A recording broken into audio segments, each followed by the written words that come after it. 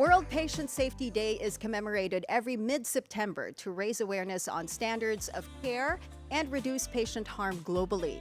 As health systems operate in increasingly complex environments, patient safety becomes a growing global public health challenge. Let's talk about that on Health Matters.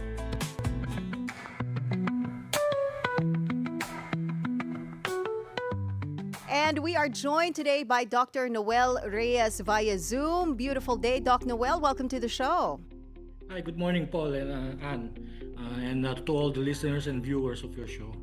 Doc, could you begin by telling us what exactly are we celebrating? What exactly is patient safety, and why is it gaining so much attention globally? Well, the theme for this year's celebration is safe care for newborn and every child. It focuses on the importance of creating safe, a supporting environment for children's health and development, from birth through their childhood. Of course, the meaning of patient safety is uh, a patient goes to the hospital for treatment and care. However, due to some unavoidable circumstances or negligence, the the hospital, of course, probably is responsible for ensuring, no, that their staff is well equipped, no, and well trained to provide the necessary care. And there are so many issues involved in terms of safety, like for example, the failure to monitor medication errors, surgical mistakes, no, infection that is coming from the hospital itself, and we can also add inadequate staffing. Well, Doc, na-mention nga namin kanina that we are considering this as a growing global public health challenge. Dito sa Pilipinas po, do you feel that it is a problem or it is an issue that needs more awareness? If you would go back even a few weeks or a few months ago, there would be some medyo high-profile cases wherein some people would complain about the lack of care, lack of service, or even the patient safety when regards to how they are treated in hospitals. This is not just limited, of course, to yung mga children and newborn. Dito sa Pilipinas po, do you feel that the World Patient Safety Day should be observed more?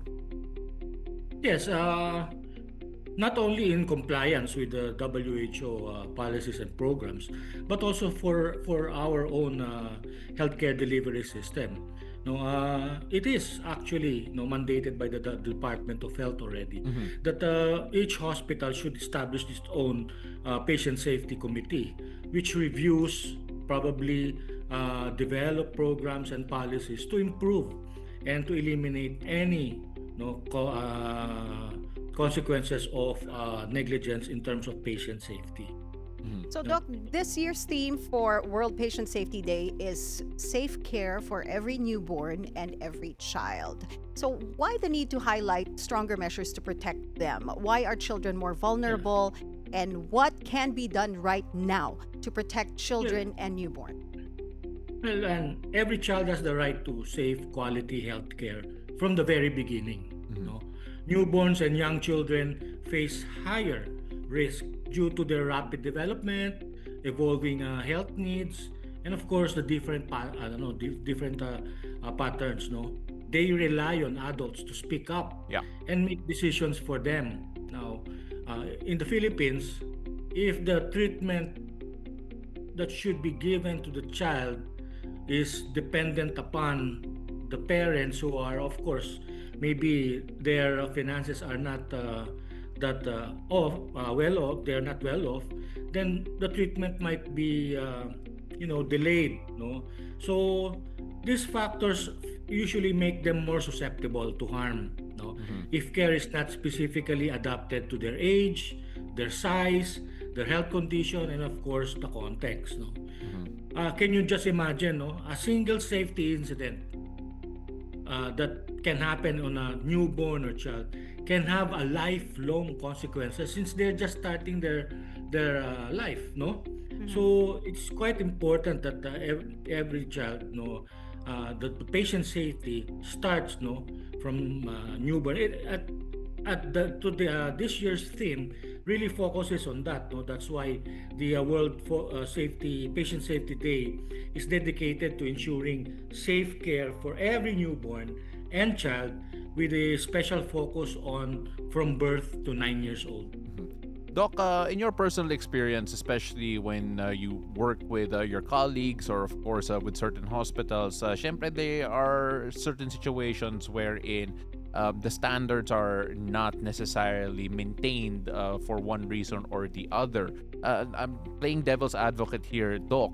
When you hear stories like that, what are typically the reasons why these standards of care are bypassed, or there are moments wherein the doctors themselves or maybe even some of the staff fall short in terms of keeping the patient, regardless of being a child or a newborn or an adult, safe? Yeah, let's talk about standards of care. No? Uh, for us to be able to maintain and sustain a high standard of care, uh, there must be we have to engage in continuing education Mhm. for our staff, utilizing evidence-based, no, principles and practices, ensuring effective communication between the management, the staff, no, participating in quality improvement initiatives, no, and of course focusing on patient-centered care. Now let's look at the first one: engaging in continuing education. If we have a lack of staff in our government hospital, we tend to prolong their shifts or make them uh, come to work frequently Mhm. because there's no staff, no, to take care of this. No. Now, how would you now schedule them for continuing training?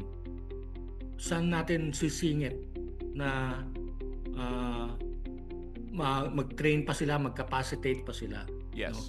So sometimes, no, the skills, no, become stagnant. The knowledge, information, no, become stagnant because of course now it's very common, no, that sometimes the quality of the care gets compromised by the quantity of who are they taking care of, no, so many, no, so that's one measure probably that is evident here in the Philippines, no. Me being the medical center chief of the National Center for Mental Health, no, I'm not really excuse sa ganun, ano. The staffs are the turnover of our, like, just take for example the nurses.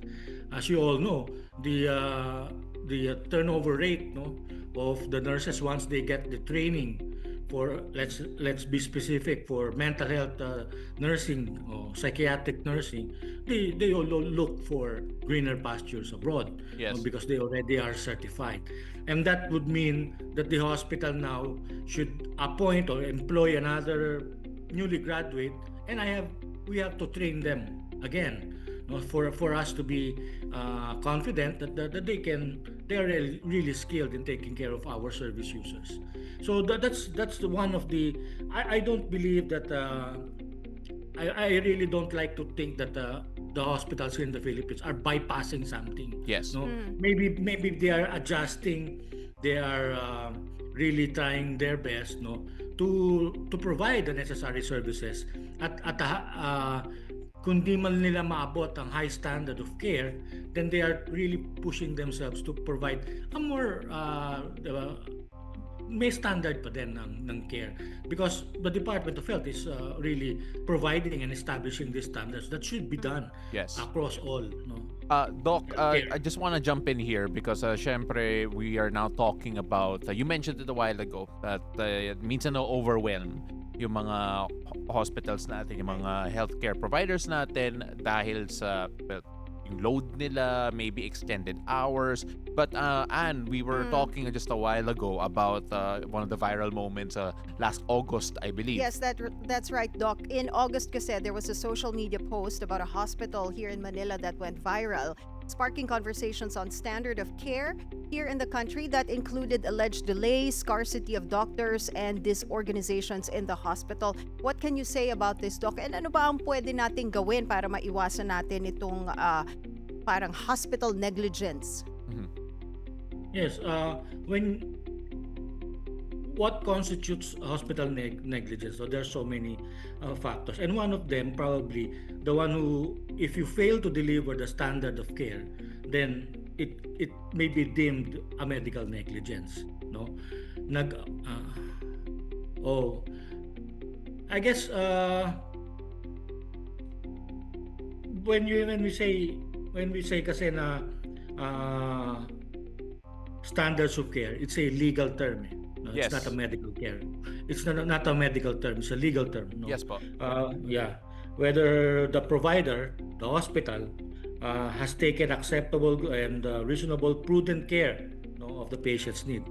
Mhm. Uh, But Doc, all, so I just want to jump in there kasi mm, we all know that especially in high emotional situations wherein patients and especially their families are are in a period of distress considering if something does have a turn.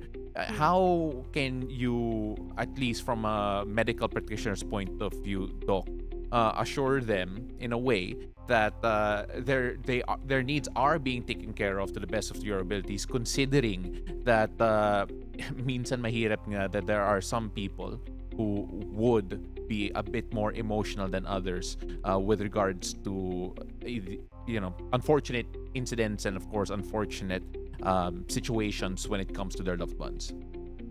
yes, Paulo. The communication that should be very effective. No, we have to understand our staff should be uh, understanding enough, Mhm. empathizing more on the relatives, because it is the relatives who is in need of